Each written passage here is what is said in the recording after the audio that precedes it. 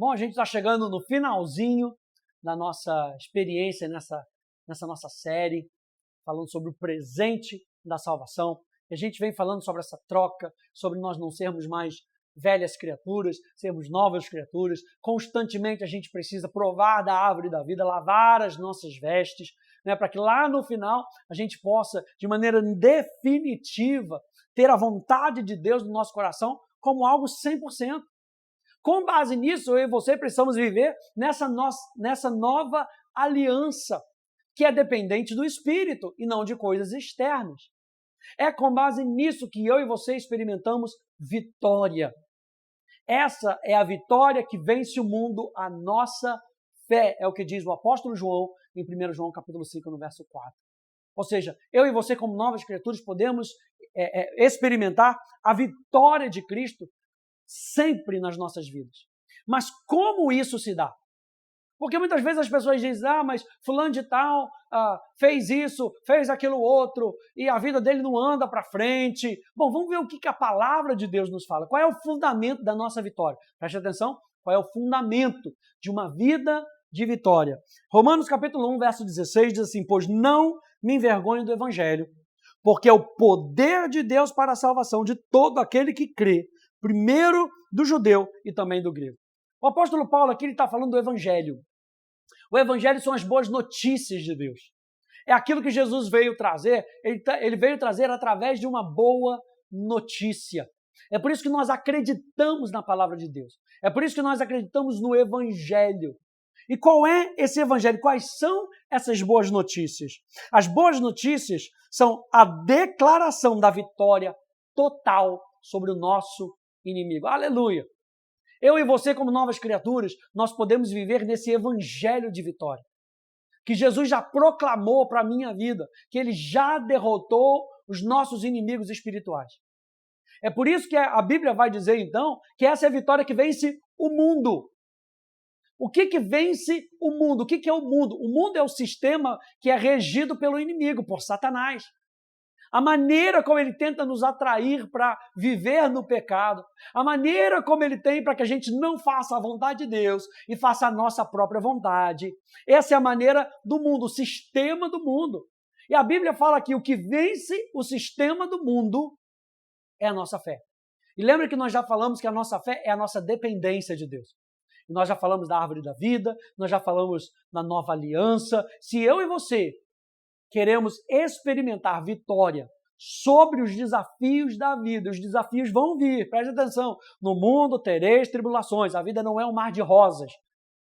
Né? Na vida nós sofremos, o apóstolo Pedro, ele fala de sofrimentos que aquele povo estava sofrendo, mas o Deus de toda graça, mesmo que vocês sofram por um pouco, Ele mesmo vai fundamentar vocês, Ele mesmo vai firmar vocês, Ele mesmo vai aperfeiçoar vocês.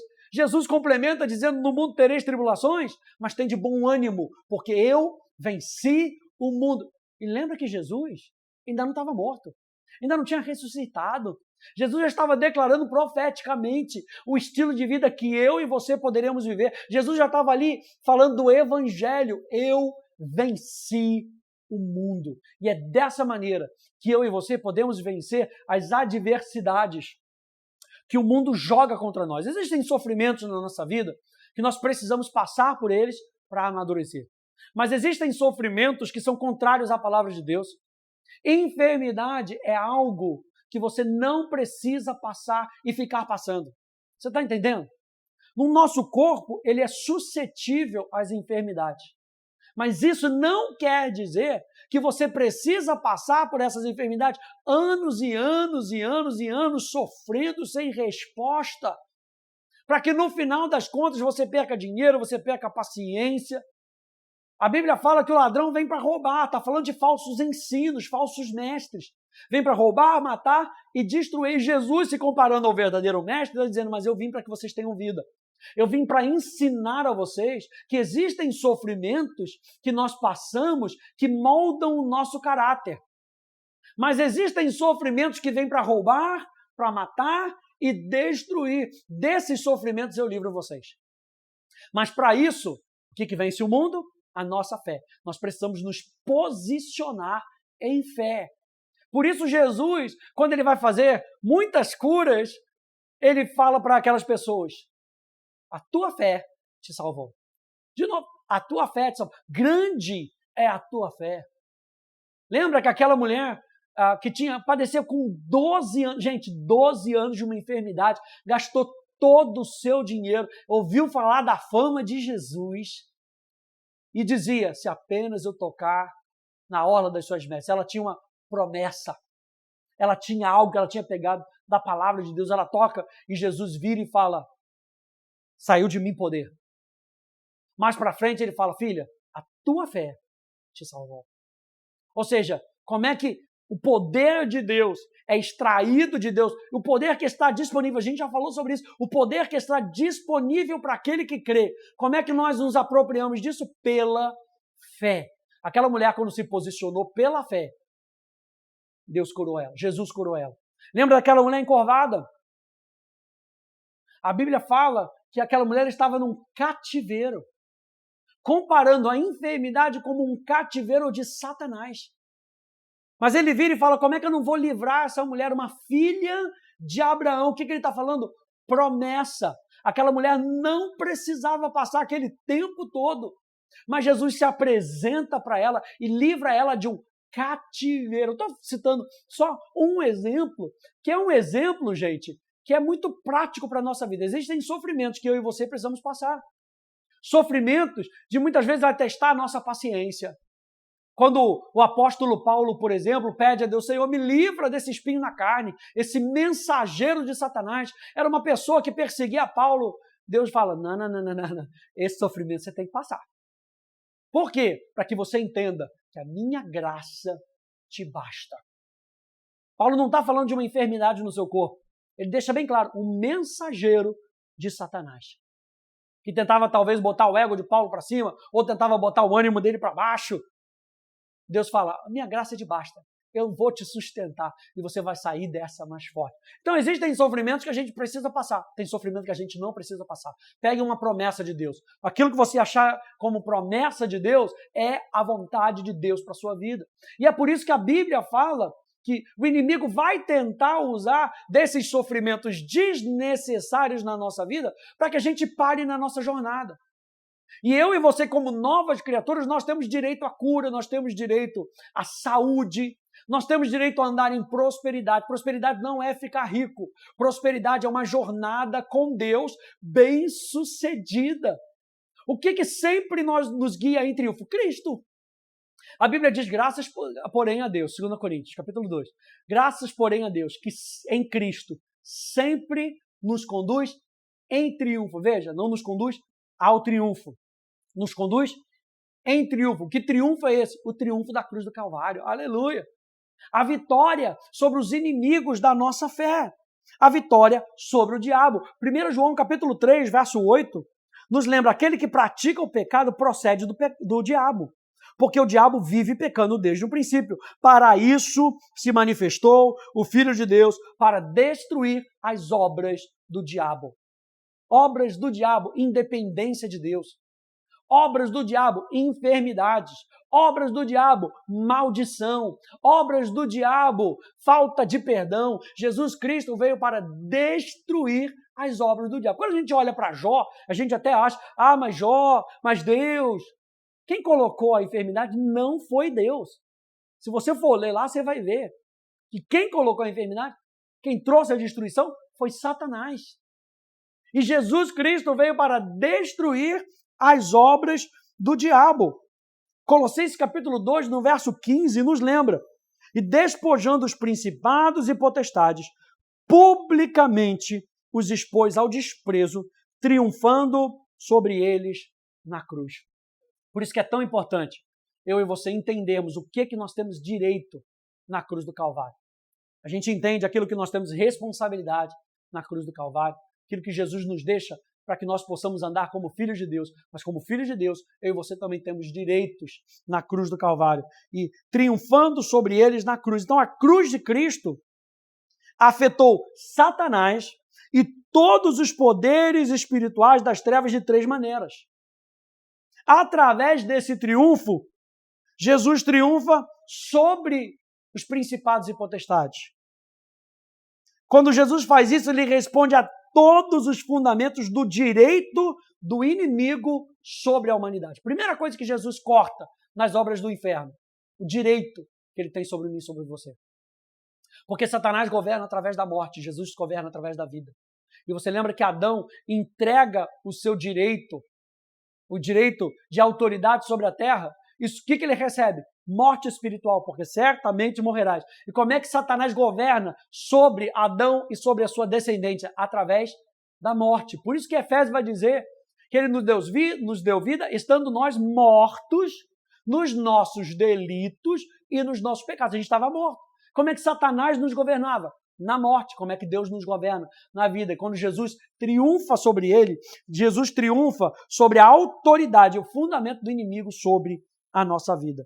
A segunda coisa é que eles foram desarmados.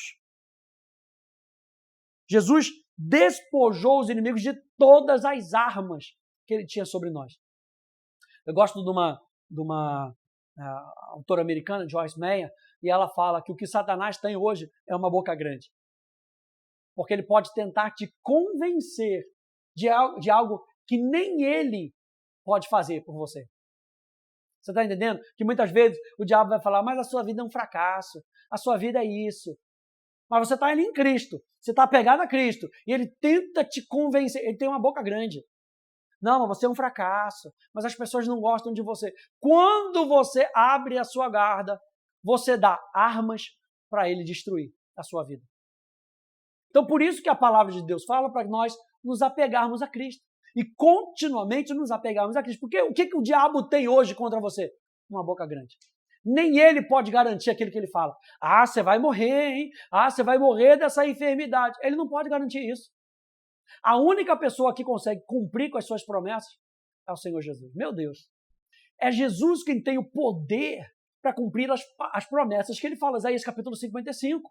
Depois dá uma lidinha em Isaías 55. Está falando dos pensamentos dele, que não são os nossos pensamentos. É o caminho dele, que é diferente do nosso caminho. Caminho fala de estilo de vida, mas a chuva desce, a neve cai, produz, faz a terra, rega a terra, faz a terra produzir. Assim será a palavra que sair da minha boca. Não voltará para mim vazia, mas prosperará, terá bom sucesso naquilo pelo qual eu enviei a palavra. Eu enviei a minha promessa. Por isso que a gente se apega na promessa. A gente não se apega nas circunstâncias. Mas pastor, mas está doendo. E essa enfermidade? Eu me apego na promessa. Eu não deixo Satanás gerar pensamentos de morte, porque lembra?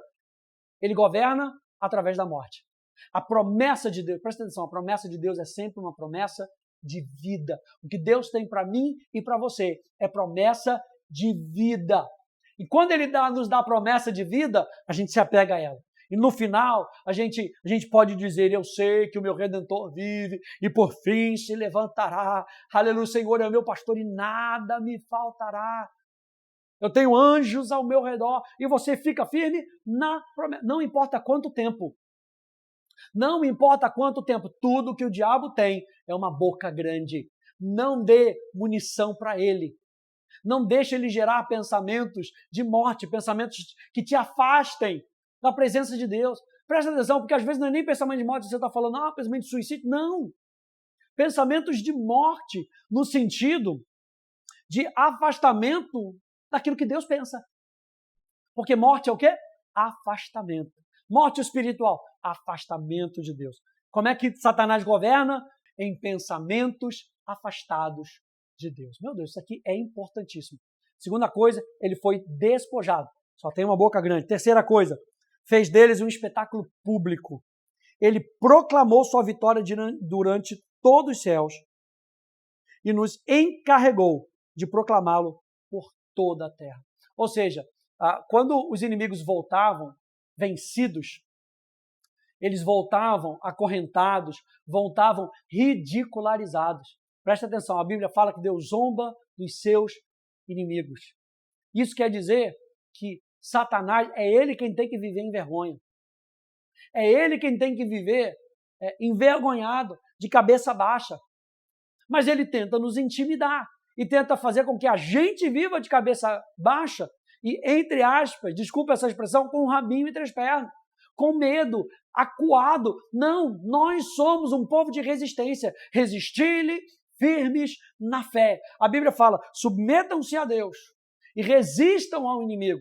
Não fiquem correndo atrás dele, resista. O nosso posicionamento é resistência. Eu e você podemos resistir da vitória da cruz, a partir da vitória da cruz. Por quê? Porque eles foram feitos um espetáculo público. E isso quer dizer que eu e você sabemos disso e podemos viver uma vida onde nós apresentamos a vitória de Jesus na cruz do Calvário. Toda vez que você apresenta a vitória da cruz do Calvário em Cristo Jesus, o inimigo é ridicularizado. Meu Deus, isso aqui é forte demais.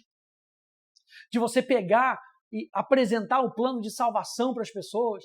Aquele teu amigo que nunca quis aceitar Jesus, você apresenta para ele. O Espírito Santo vai fazendo a obra. Ei, é só essa sementinha que precisa. O Espírito Santo vai fazendo a obra. No final das contas, aquele que xingava a Deus está apaixonado por Deus. O inimigo, mais uma vez, é ridicularizado. Você está ali acreditando na sua cura, realmente acreditando, dependendo de Deus, tendo uma expectativa no teu coração de que a promessa é para você. No final das contas, o inimigo é ridicularizado com a sua cura, com a sua saúde restaurada.